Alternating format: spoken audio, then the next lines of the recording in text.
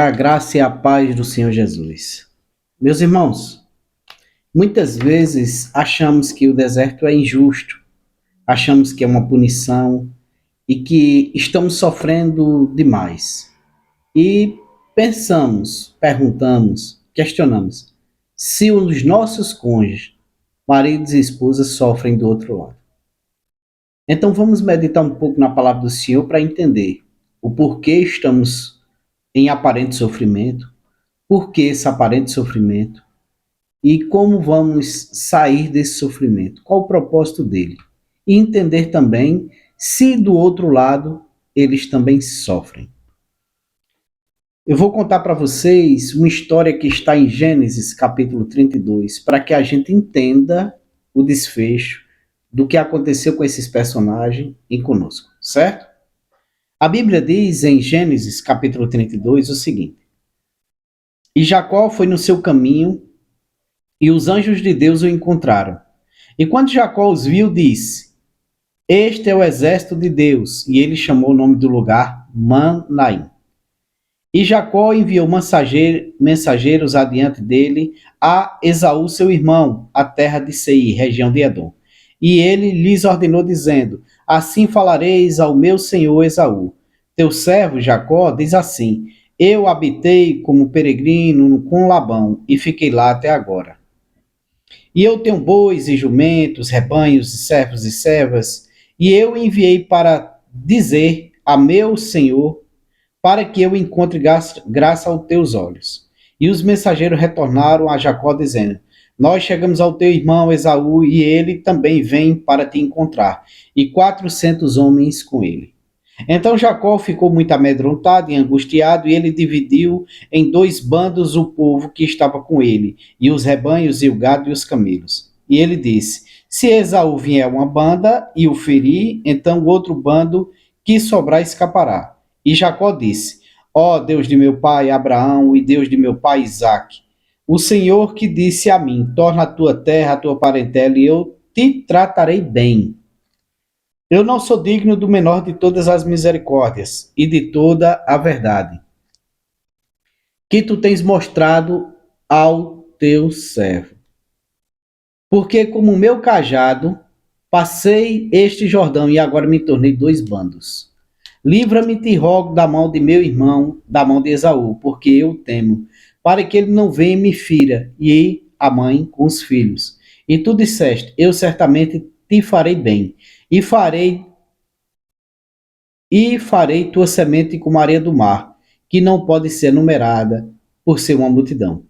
E ele pernoitou ali aquela mesma noite e tomou do que veio à sua mão por presente para Esaú, seu irmão, 200 cabras e 20 bodes, 200 ovelhas, 20 carneiros, 30 camelas de leite com suas crias, 40 vacas e 10 novilhos, 20 jumentas e 10 jumentinhos. E ele os entregou na mão de seus servos, cada rebanho à parte, e disse aos seus servos: Passai diante de mim e deixai espaço entre rebanho e rebanho. E ele ordenou ao primeiro, dizendo: Quando Esaú, meu irmão, te encontrar e te perguntar, dizendo: De quem és tu e para onde vais? E de quem são esses adiante de ti? Então tu dirás: Eles são de teu servo Jacó. É um presente enviado ao meu senhor Esaú. E eis que ele também está atrás de nós. E assim ele ordenou ao segundo e ao terceiro e a todos que seguiram os rebanhos, dizendo desta maneira: Falareis a Esaú quando o encontrardes.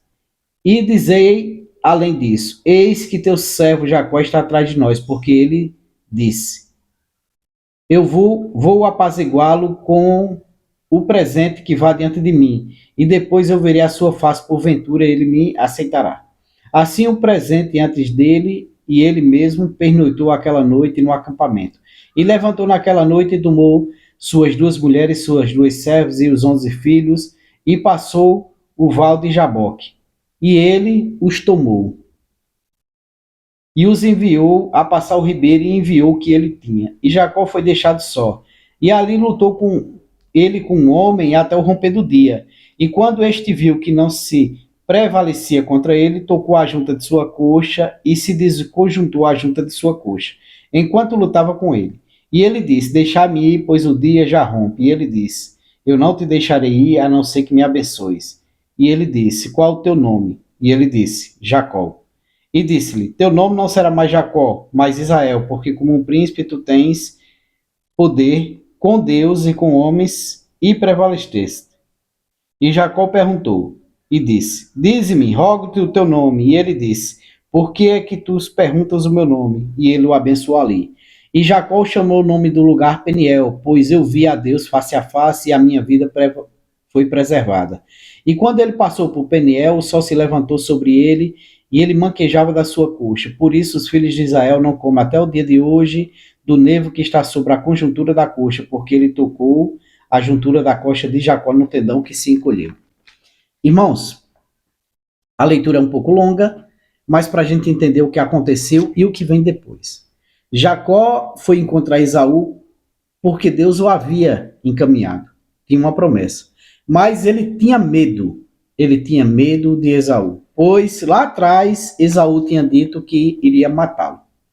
E baseado nesse medo, ele tinha seus receios e suas estratégias, e assim ele foi caminhando rumo a Esaú, mas sempre se precavendo e tomando atitudes próprias dele. Não que Deus tivesse dado direção a ele, mas ele ia com suas próprias estratégias e entendimentos. Então o que acontece? Quando ele manda presente a Esaú, pois ele queria comprar a afeição do seu irmão, como Jacó sempre fez de estratégias, Esaú não pareceu se agradar daquilo. Mas não pareceu somente. Só pareceu somente, para ser mais claro. Então os mensageiros voltaram a Jacó e disse: olha, teu irmão vem com 400 homens. E Jacó se aterrorizou.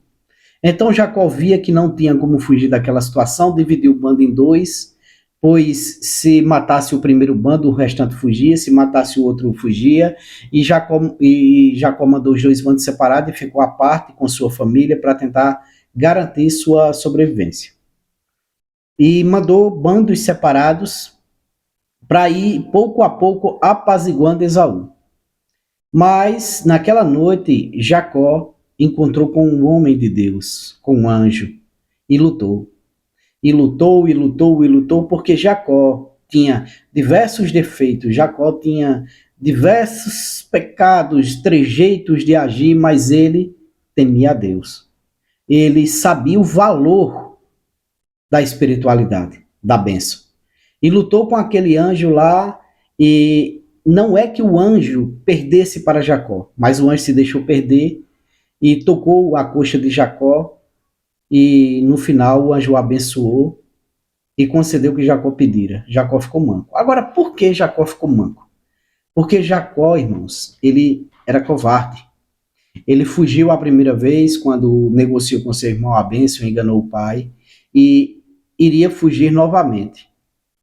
Iria fugir novamente, e Deus não queria que ele fugisse. Deus queria que ele enfrentasse aquilo que Deus determinou para ele. E foi tocado em sua coxa. Ele viu que não tinha mais como fugir, pois era manco. Resolveu enfrentar o irmão, pois com um toque na coxa também foi mudado o caráter dele, foi mudado o nome, pois Deus o havia encontrado e mudou o seu caráter. E ele foi encontrar o irmão. E se humilhou perante o irmão, e o irmão veio, o abraçou e mostrou que as circunstâncias que se apresentavam a ele não eram as reais. E nós vemos o desfecho dessa história. O que essa história tem a ver conosco que estamos buscando por restauração? Irmãos, muitas vezes nós caímos no deserto porque tínhamos nossos defeitos. Nós agíamos de modo errado. Nós e nossos cônjuges. Mas nós entramos em uma batalha espiritual com Deus. Não contra Deus, mas com Deus. Nossos irmãos também, nossos cônjuges também, pois o irmão de Jacó, Esaú, também havia sido tratado por Deus lá, e ele não vinha com a intenção de matar o irmão, mas de abraçá-lo, porque havia se arrependido de seus erros também, e havia perdoado aquele irmão, e vinha para se reconciliar, mas Jacó estava preparado para a guerra, para a morte. E nós olhamos para nossos cônjuges, e muitas vezes não entendemos que eles estão sendo tratados. São tratados pela distância, pela saudade, pela falta que nós fazemos a eles, por mais que eles estejam submersos no pecado, se dizendo felizes e vivendo novas experiências, mas eles sentem desesperadamente falta de nós e tentam compensar a falta que sentem de nós com outra pessoa, com outra paixão, com outra vivência. Mas, irmãos, a grande questão é que nós ficamos do lado de cá, olhando as circunstâncias como Jacó, se preparando e armando estratégias, e murmurando, reclamando. Pois se Deus mandou Jacó ir, ele teria que ir, não ficar reclamando, porque eu tenho medo, porque eu estou aterrorizado, porque tu prometeste e agora eu estou nessa situação. E nós ficamos do lado de cá murmurando, porque meu marido isso, meu marido disse que não me ama, porque meu marido me abandonou, porque eu estou só, porque eu estou sofrendo, porque isso, porque aquilo. E a gente fica botando dificuldade, botando defeito, acrescentando dores a nós mesmos, quando deveríamos somente confiar em Deus. Como Jacó, deveria só confiar em Deus e seguir. Irmãos, quando Deus tocou a perna de Jacó, foi para tirar os defeitos dele, tirar as falhas de caráter dele, deixar de ser covarde. Quando Deus nos feriu, ele nos feriu para que a gente deixasse de ter conduta inadequada. Feriu a mim para mudar meu caráter, ensinando-me a amar minha família, a proteger, a lutar por ela. Tirou de mim o orgulho, a soberba, a vaidade, o machismo. Assim como tira de você tudo aquilo que te impede de viver o que Deus quer que você viva, de ter um encontro com Deus e de ser autêntico e glorificar o nome dele. Por isso é que Deus te toca na coxa, para te transformar. Por isso é que Deus te fere. Por isso é que você fica na solidão, você fica triste e abatido, para que você dependa de Deus. Às vezes as pessoas conversam comigo e dizem, mas eu estou sofrendo porque meu marido não me ajuda em nada. Foi embora e não me ajuda em nada. Mas você não depende no momento do seu marido, você depende de Deus, para que Deus transforme seu marido, transforme sua situação. Jacó, quando viu a oportunidade, lutou com Deus para ter uma bênção. Mas você está lutando com Deus para ter uma bênção? Para que Deus mude sua vida, mude sua história, sua situação? Muitas vezes, irmãos, nós não fazemos isso. Nós não lutamos com Deus. Nós lutamos com nossas mãos, como Jacó fez. Mandou presentes para tentar manipular a situação e não ia resolver. Nós ficamos tentando manipular a situação. Nós ficamos tentando fazer com nosso jeito, com nossa pressão, com nosso chororô, com tantas coisas para tentar fazer um milagre que é da competência de Deus e não nossa. E então ficamos questionando por que nós sofremos tanto, por que uma dor tão excruciante. A dor é a motivação para caminhar, para lutar, para batalhar. O medo que sentimos deve nos levar a Deus, que é o motivo da nossa segurança. A nossa dor deve nos impulsionar até Deus, que vai nos curar, que vai nos restaurar e nos dar um caminho para seguir. Mas ficamos cogitando o que está acontecendo e reclamando sem buscar Deus, que é quem de fato e de verdade pode nos ajudar. Então nós somos convidados a lutar com Deus para que Deus tire de nós aquilo que não agregue nada, que não presta, que faz de nós pessoas ruins, para que possamos ser transformados, para sermos transformados em pessoas melhores. Então, o deserto nos dói por conta disso, porque é o período de transformação. Foi no caminho do deserto, de Labão até Esaú, que Jacó foi transformado em Israel, que Jacó foi liberto da sua mentira, do seu fascismo, né? Da sua falsidade, da sua covardia, e foi transformado naquele abençoado, naquele príncipe que lutou contra Deus, com Deus, que lutou com Deus. Então, irmãos, nós precisamos entender que esse é o motivo do deserto, mas nós ficamos muitas vezes, irmãos, reclamando, murmurando, quando deveríamos entender a mensagem de transformação em nossas vidas. Nós deveríamos entender o que o Senhor quer para nossas vidas.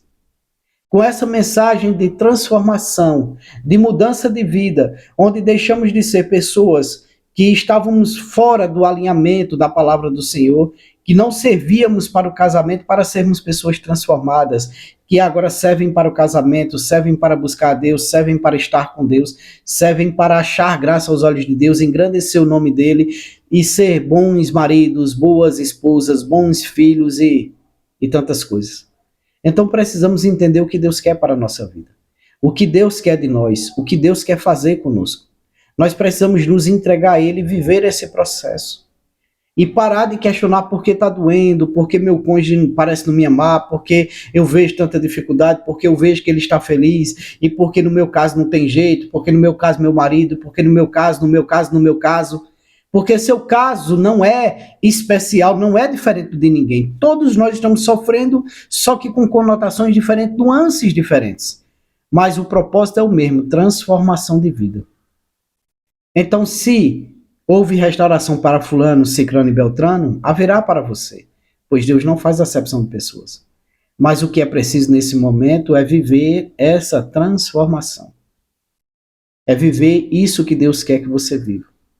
Essa mudança de vida, essa transformação, essa metanoia. Amém?